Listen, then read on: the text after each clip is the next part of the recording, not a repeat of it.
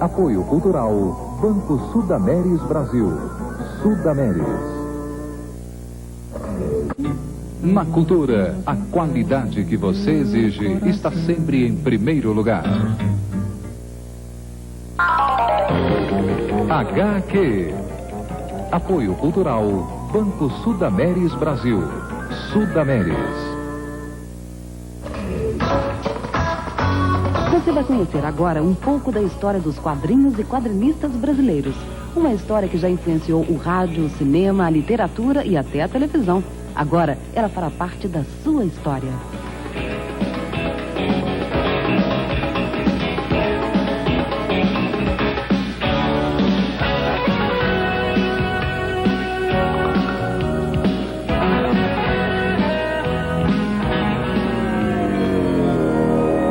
Esta é a primeira charge de que se tem notícia no Brasil. A Campainha e o Cujo, feita por Manuel Araújo Porto Alegre em 1837.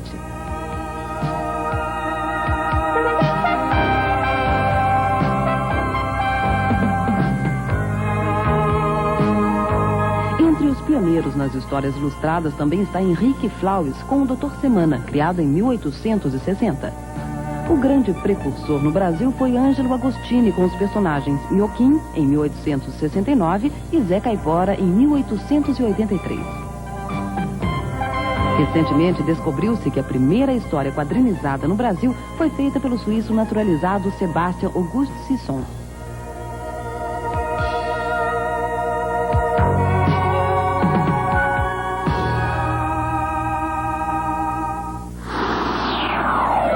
A revista infantil Tico Tico surge em 1905 e tem o cabeçalho desenhado por Agostini. Ela foi um marco e teve entre seus leitores pessoas como Rui Barbosa e Carlos Drummond de Andrade.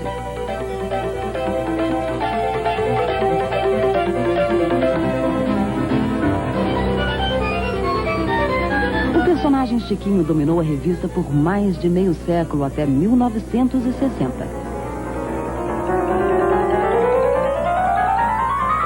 O que poucos sabem é que Chiquinho era um plágio do norte-americano Buster Brown.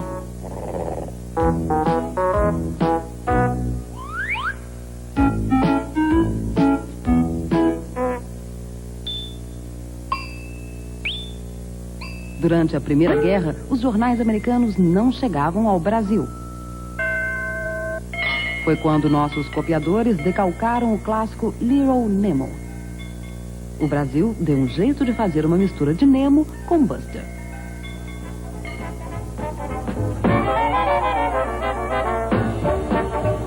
O Tico Tico não tinha só decalcadores.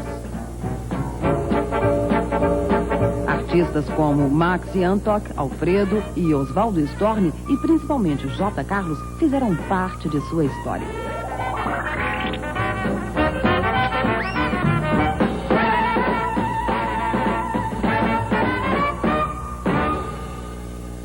A Semana de Arte Moderna, em 1922, resultou nos Quadrinhos de Pagu, em 1931.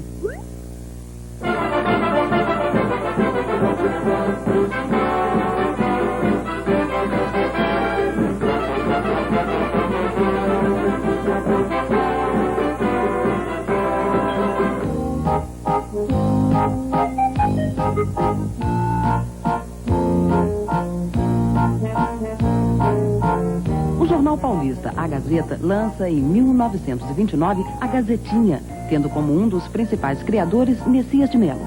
A revista ainda passa por outras duas fases, em 1934 e em 1947. Belmonte, o famoso ilustrador, fazia as cartas enigmáticas.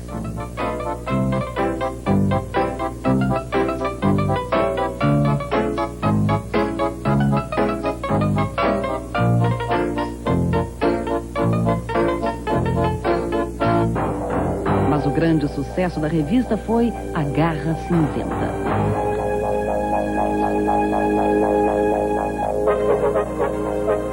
Em 1934 entra em cena o Suplemento Juvenil. Adolfo Eisen traz os heróis americanos Flash Gordon, Tarzan, Buck Rogers, Dick Tracy, Mandrake e outros.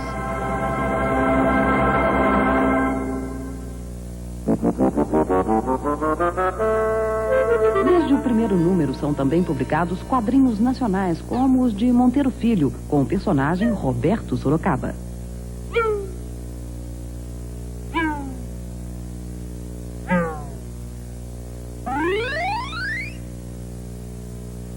Eisen sempre prestigiou o artista brasileiro, promovendo concursos e revelando talentos.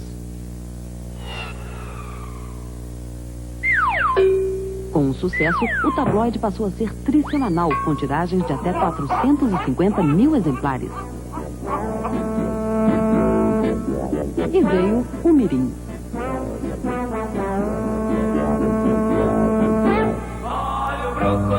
Em 1937, Roberto Marinho lança o Globo Juvenil e em 1939, o Gibi. Esta revista faria tanto sucesso que o termo gibi viraria sinônimo de revistas em quadrinhos.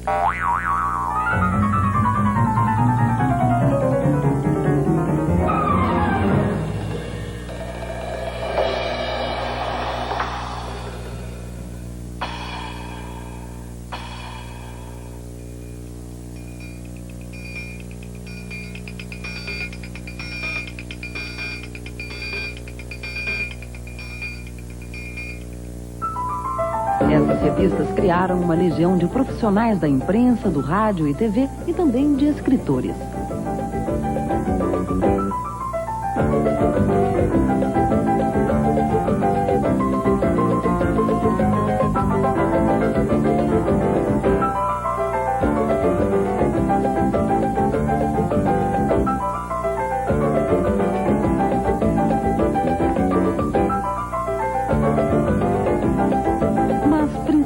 Uma geração de leitores que consumiam livros, jornais e revistas.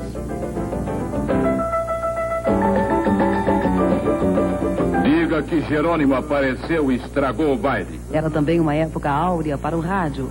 Mais tarde, 2 personagens de programas radiofônicos virariam quadrinhos: Jerônimo e o Vingador.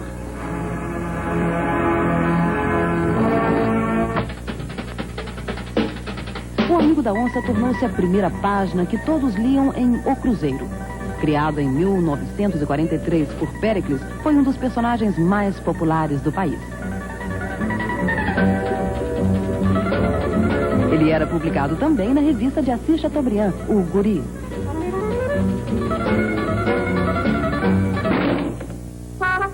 O SESI lançou o Cezinho. Vida Infantil e Vida Juvenil revelaram José Geraldo.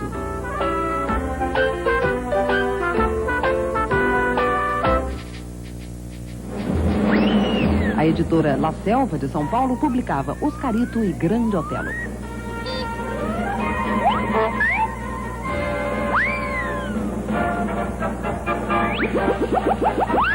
Fred e Carequinha, Arrelia e Pimentinha e ainda muitas outras obras de artistas brasileiros.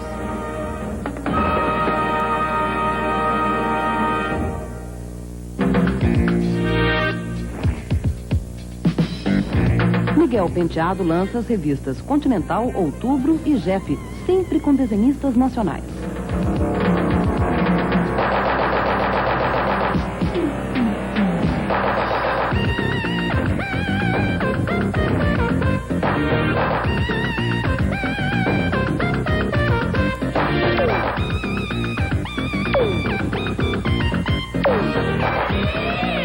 A tentativa de se fazer super-heróis brasileiros foi derrotada pelos super-heróis americanos e por alguns vilões nacionais.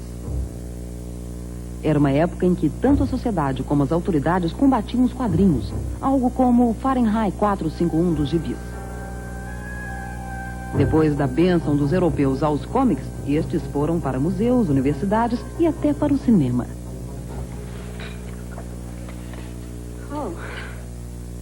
Father, he's honored. A cartoonist? Yuck. Duh. Honored by the French God. Has he ever heard a line of Flaubert? He's heard of Garfield and Charlie Brown. No Brasil, em 1951, acontecia a primeira exposição internacional de quadrinhos, organizada por Álvaro de Moya, Jaime Cortez, Silas Robert, Reinaldo de Oliveira e Miguel Penteado. Na década de 50, o macartismo político de caça às bruxas condena os quadrinhos nos Estados Unidos. É o momento oportuno para lançar o terror nacional. Na madrugada de São Paulo, um desenhista faz histórias de terror, mantendo a tradição nacional.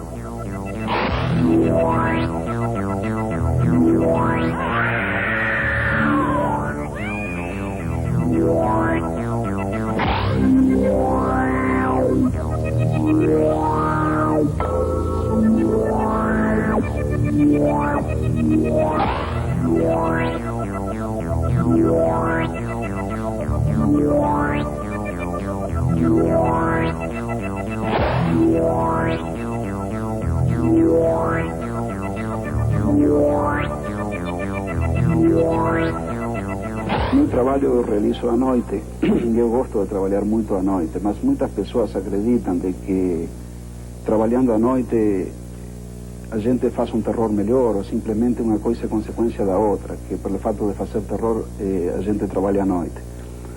Não é nada disso, e já expliquei inclusive de que antes de conhecer o gênero terror eu trabalhava à noite, toda a minha vida gostei de trabalhar à noite, acho a noite muito bacana porque você trabalha sem interferência de nenhum tipo, concentrado em fazer o trabalho, e porque o trabalho rende, realmente.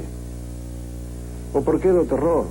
Primeiro porque acredito que todos os desenhistas que colaboram comigo no gênero terror gostam de fazer terror. Terror é realmente um tipo de quadrinho apaixonante por uma série de problemas, de motivos.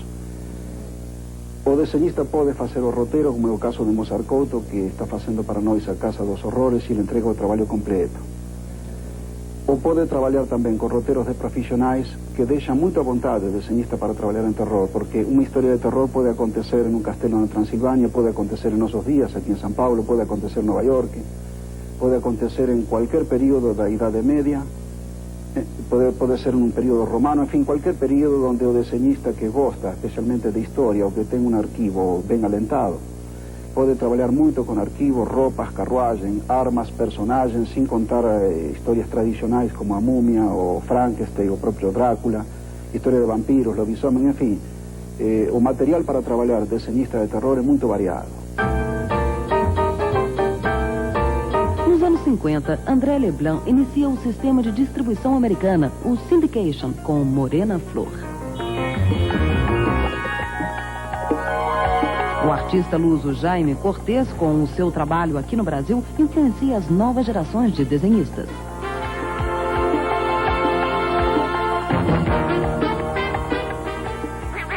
Quem também vem para o Brasil é Vitor Tivita, com os direitos da Disney. E numa coedição com Eisen, funda a Editora Abril, contratando desenhistas nacionais. Enquanto as crianças se divertiam com seus gibis, adolescentes e adultos procuravam os catecismos de Carlos Zéfiro, vendidos clandestinamente. No final dos anos 50, dois artistas se apresentam. O quadrinho eu fiz durante anos o Pererê, né? Durante 5 anos, de 60 a 64, eu fiz uma revista mensal e tal. Todo o meu esforço era concentrado em fazer a turma do Pererê, com os personagens da fauna brasileira, do folclore brasileiro, e era dirigido a criança. Mas, na verdade, eu sempre fiz pro meu gosto, com a minha compreensão. Eu nunca me preocupei muito em saber se a criança ia gostar ou não ia gostar. Se você ficar muito preocupado com o negócio de mercadologia, desenvolve aqui, vai por ali, você acaba fazendo porcaria. Um dia eu estava fazendo a barba, no espelho assim, aconteceu 2 vezes comigo isso. E aí veio aquela frase inteiramente na minha cabeça, era uma vez um menino maluquinho, a frase inteirinha. Eu falei, um menino maluquinho. Todo mundo chama de maluquinho, um menino que é danado de feliz, porque se o menino maluquinho que não é feliz, a gente chama de chato. Menino maluquinho não é chato. Chato é chato. Aí eu falei, vou fazer um livro desse tipo. E quando eu acabei o livro, eu falei, eu estou com um best-seller na mão. A criança precisa de dar asas à sua fantasia. A fantasia infantil é muito vasta, né? A criança, por isso é que sempre se julgou, as pessoas que julgavam que história em quadrinho podia fazer mal a criança no meu tempo, história em quadrinho era proibido porque dizia que a criança ia deixar de ler porque ia ser facilitada pela história em quadrinho. A história em quadrinho no meu tempo lutou muito contra esse preconceito. Agora, as pessoas que tinham esse preconceito tinham se esquecido que haviam sido crianças. Que criança, nada embota, nada que convida a fantasia, embota a criança. Dizer que a televisão faz mal à criança, faz mal, se ela ficar vendo demais, faz mal, pode descolar a retina, pode fazer qualquer outro tipo de mal físico, mas mal à alma, ainda que seja os heróis japoneses, ou a Xuxa, ou o National Kid, ou o He-Man, isso não faz mal a coisa nenhum, não. O excesso, como tudo no mundo, o excesso faz mal. Mas isso desperta a fantasia da criança, faz ela ficar mais curiosa e mais preparada para poder descobrir as coisas, para ir atrás da informação maior que o mundo pode oferecer. Acho que eu comecei a desenhar quando eu me dei conta de que da minha mão, com um lápis ou com uma caneta, eu podia criar algumas coisas. E comecei a criar desde criança. Criei as caricaturas dos meus pais, dos meus avós, dos meus cachorros. Fui crescendo e criando depois personagens nos cadernos escolares. E em seguida, mais velho e mais preparado, depois de ler gibi, ler histórias em quadrinhos dos outros autores do mundo inteiro, eu comecei a criar os meus próprios personagens. E foi daí que começou, ou seja, o desenho e a história em quadrinhos vem desde o berço, desde que eu era incentivado pelos meus pais, pelos meus parentes, que me davam material de desenho, que me presenteavam com gibis. Então eu resolvi ser um profissional de história em quadrinhos, ser um desenhista de histórias em quadrinhos. Então, desde o começo, eu quis ser isso que eu sou.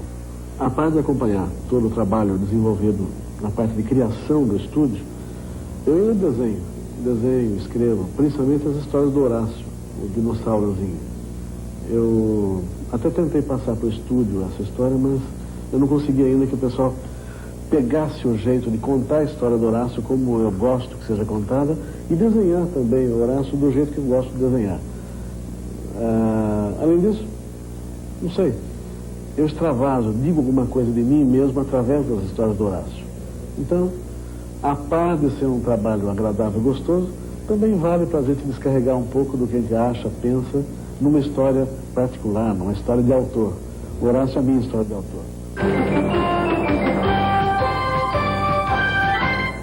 Vindo da televisão, o personagem do Capitão 7 foi o pioneiro a virar quadrinho.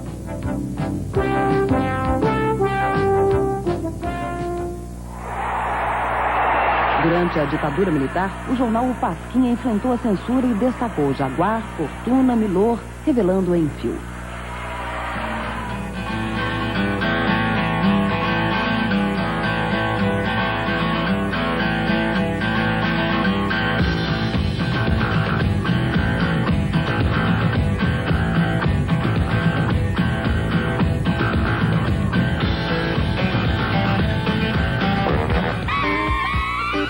A década de 70 traz uma nova geração de desenhistas, como Edgar Vasquez, com Rango, Rodival Matias e Mozart Couto, entre outros.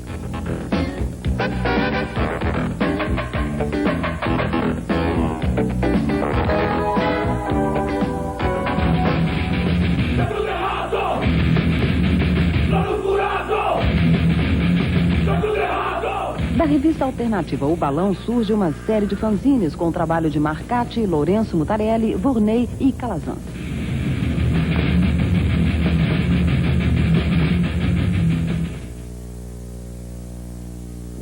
O Balão tem características de uma coisa de autor, então não importa muito o que vai ser o trabalho do autor naquele veículo que a gente estava inventando. Vai valer a intenção dele.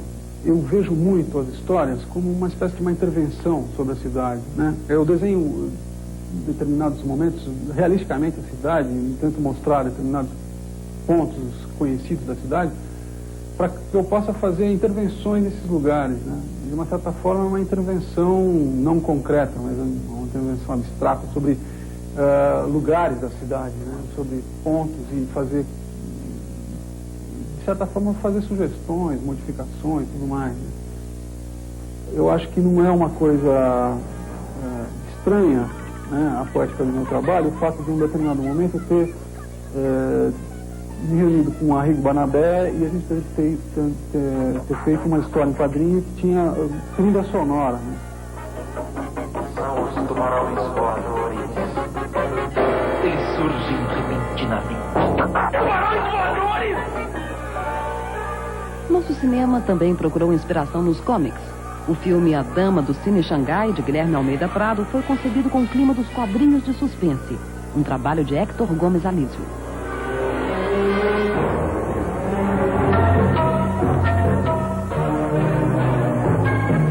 Nós também temos mangás. Cláudio Setto optou por esse estilo. Já o Watson Portela, um dos pioneiros, preferiu seguir pelo caminho da ficção e do erotismo.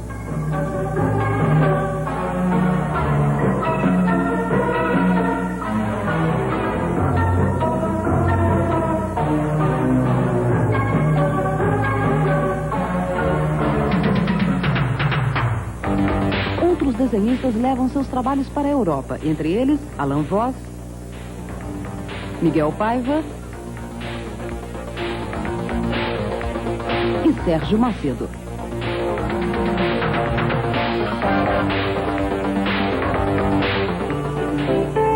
Lá fora, Jô Oliveira faz cangaceiros como José Lancelotti tinha feito no Brasil há tempos.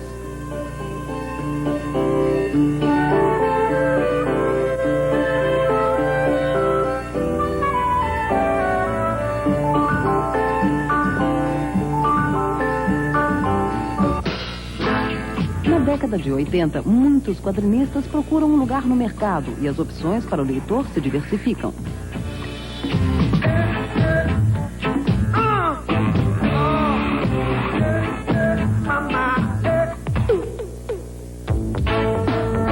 O sucesso editorial dos quadrinistas vindos do balão começa a aparecer através da revista Circo.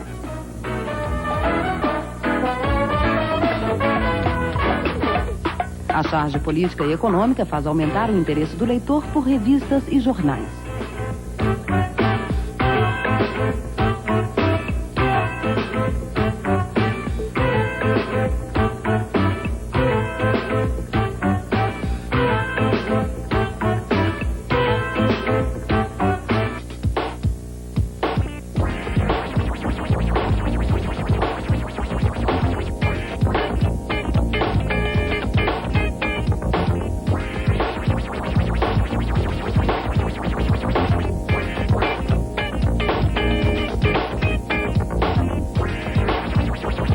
Pelo caminho do humor que no final dos anos 80, artistas que já estavam na estrada há algum tempo se firmam com revistas próprias e são reconhecidos pelo público.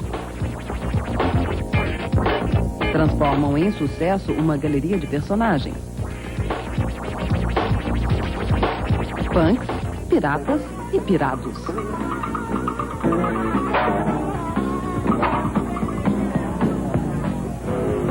Os piratas têm uma coisa interessante porque eles são um retrato de um comportamento dessa sociedade também. Essa sociedade tem um comportamento piratesco, né, de inventar normas e subverter as normas e não conseguir fazer nada dentro da regra absoluta, né?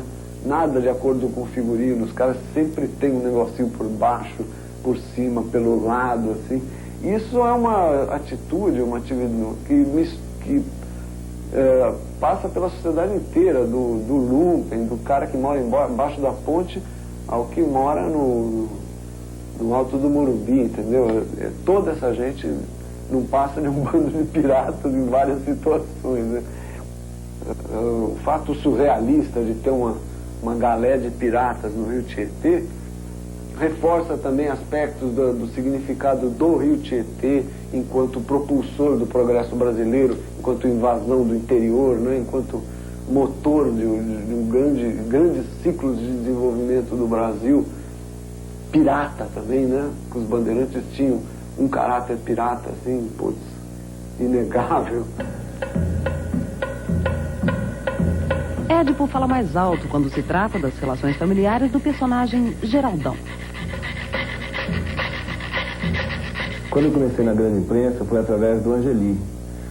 Né? Não considero o Angeli meu pistolão porque ele tem uma pistolinha.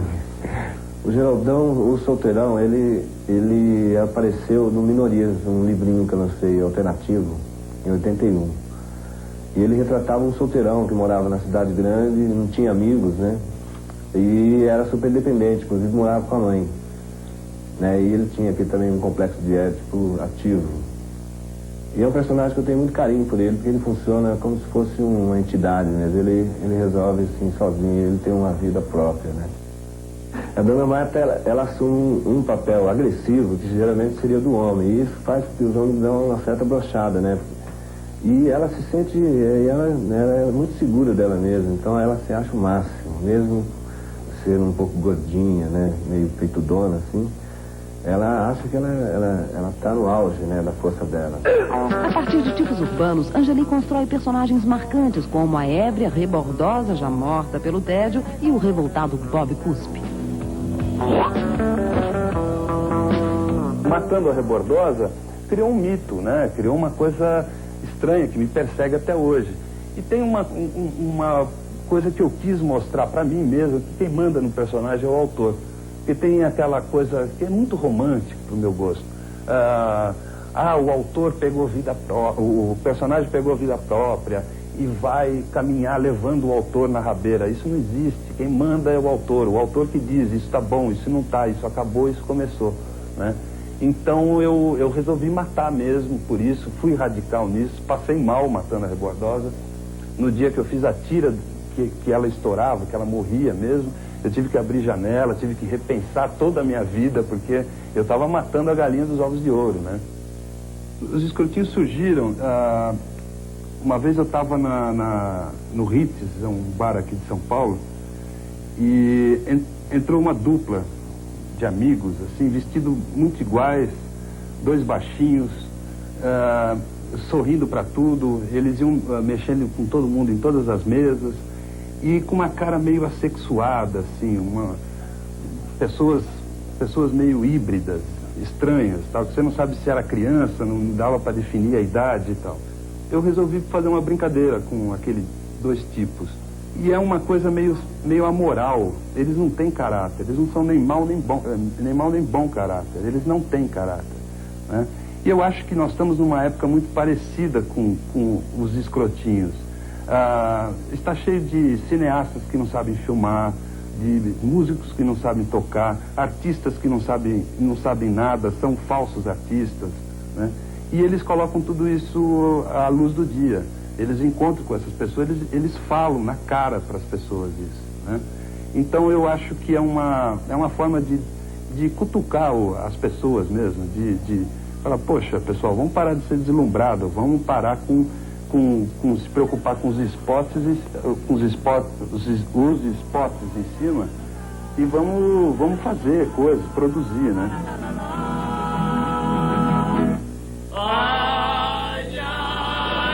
Há pouco tempo, Angeli, Laerte e Glauco formaram a trupe Los Três Amigos. A gente não está muito preocupado com o resultado da história. O gostoso é o encontro dos três.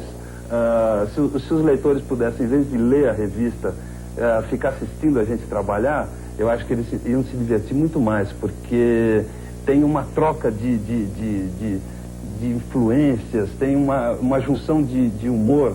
Por exemplo, o Glauco é muito mais solto do que o Laerte, e o Laerte é muito mais criativo do que eu no desenho, então vai misturando todas essas técnicas de humor, as muletas que cada um tem e tal, e sai um resultado muito leve, é um tipo de humor muito descompromissado, é uma galhofa, simplesmente uma galhofa.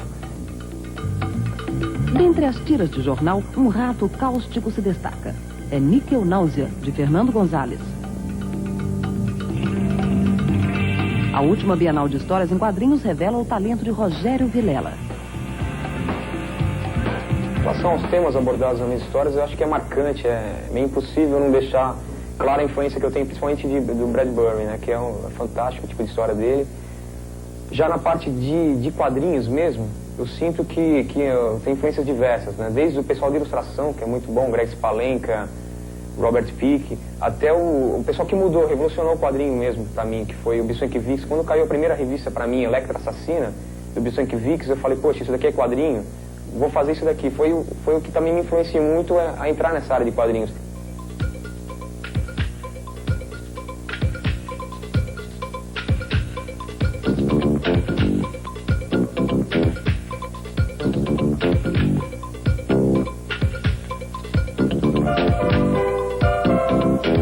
Apesar de problemas de mercado e divulgação, os anos 90 prometem ainda mais criatividade.